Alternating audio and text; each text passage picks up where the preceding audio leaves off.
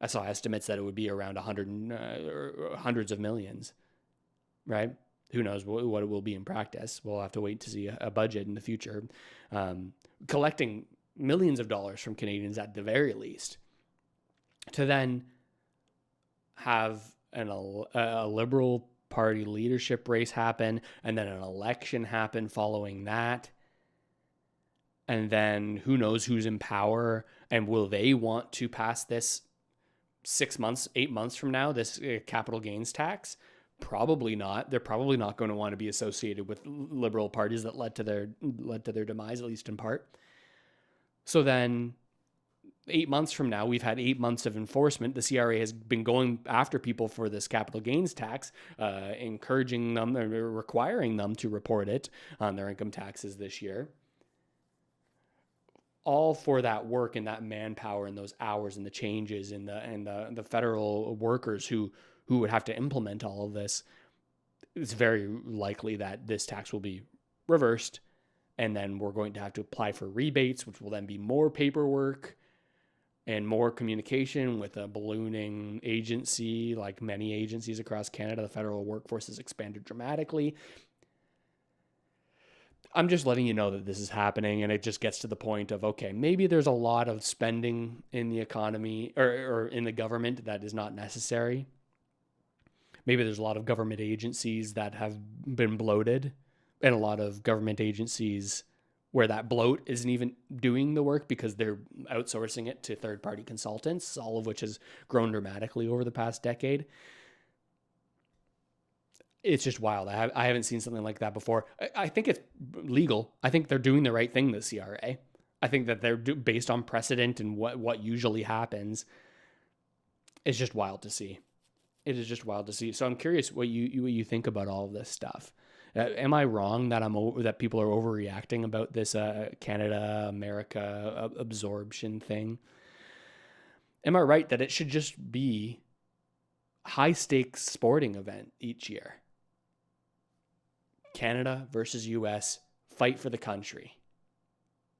Hey, maybe that's the move. Maybe we don't have to go to war anymore. I might be onto something here. I gotta show you this clip. It popped up on my before we close here. It popped up on my timeline. Okay, let me get this bad boy full screen. Come on. All right. Leafs just beat the Flyers last night. I don't know if you saw this. Leafs fan down here at the bottom, absolutely taunting in Philly. I love the Leafs. I'm a Leafs till I die kind of guy. I would not step foot in Philly wearing a Leafs jersey or any other jersey. I might wear a Flyers jersey if I went to a Flyers game. I'm just saying. But we got two Leafs fans taunting. What happens?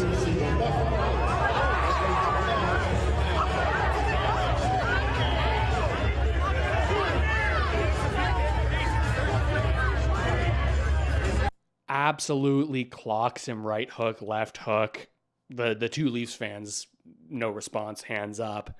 Obviously, violence, bad. You don't want to have this. Buddy had too many to drink. Probably goes to the drunk tank, probably gets charged. Don't do that. Don't punch people. But it just made me think that Canada has got a hope that Trump doesn't invade Canada, and that he, God forbid, uses military force. Because honestly, I think a guerrilla warfare squadron of 20 Phillies or 20 Flyers fans, 20 drunk Flyers fans could probably disarm the Canadian military at this point with how much it's atrophied. You can ask anyone in the military how downhill things have gone. 20 Flyers flank, especially if you got John Tortorella saying, okay, well, you take right flank, you take left flank.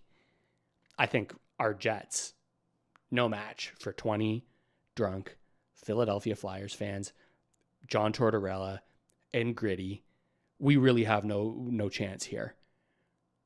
It's a negotiating tactic. It's all about USMCA. We don't have a chance against Gritty and Torts. if you're not as into hockey as me, you think I sound like a crazy person, and I am. And maybe you're watching this because you're interested in the slow descent into madness that I'm experiencing day after day. It's fun. What can I say? It's fun. It's fun. More videos like this to come on the channel. You just watched an episode of the Russ Matthews Show. This is my longer form, unscripted podcast style where I just shoot the shit about what I'm interested in that day. I also make longer videos on the channel. If you're a longtime viewer of the channel, it's not only going to be videos like this moving forward. This might be something that happens more regularly. We're going to have the old setup right at my desk, talking in depth largely about financial issues, the way that economic policy, monetary policy, and central banking around the world impacts us a lot more than they'd like you to believe. This tends to be the general theme of the show. But Russ Matthews Show like this, hopefully multiple times weekly moving forwards. You can put me on in the background. Doesn't need to be something you watch the whole way through with your eyeballs. Podcast in the background. It's all good stuff. If you haven't already, subscribe to the channel. You might not know this. It doesn't cost you a dime. Doesn't cost you a loony. Does not cost you a thing. We're gonna have paper loonies here in a couple of months. It doesn't even cost you a paper loony. Click that button. Doesn't sign you up for anything. No spam. Just purely helps out the channel. So I appreciate you doing that. And with all that said, ladies and gentlemen, thanks so much for watching. I hope this video helped you out at least a little bit. I'll see you next time.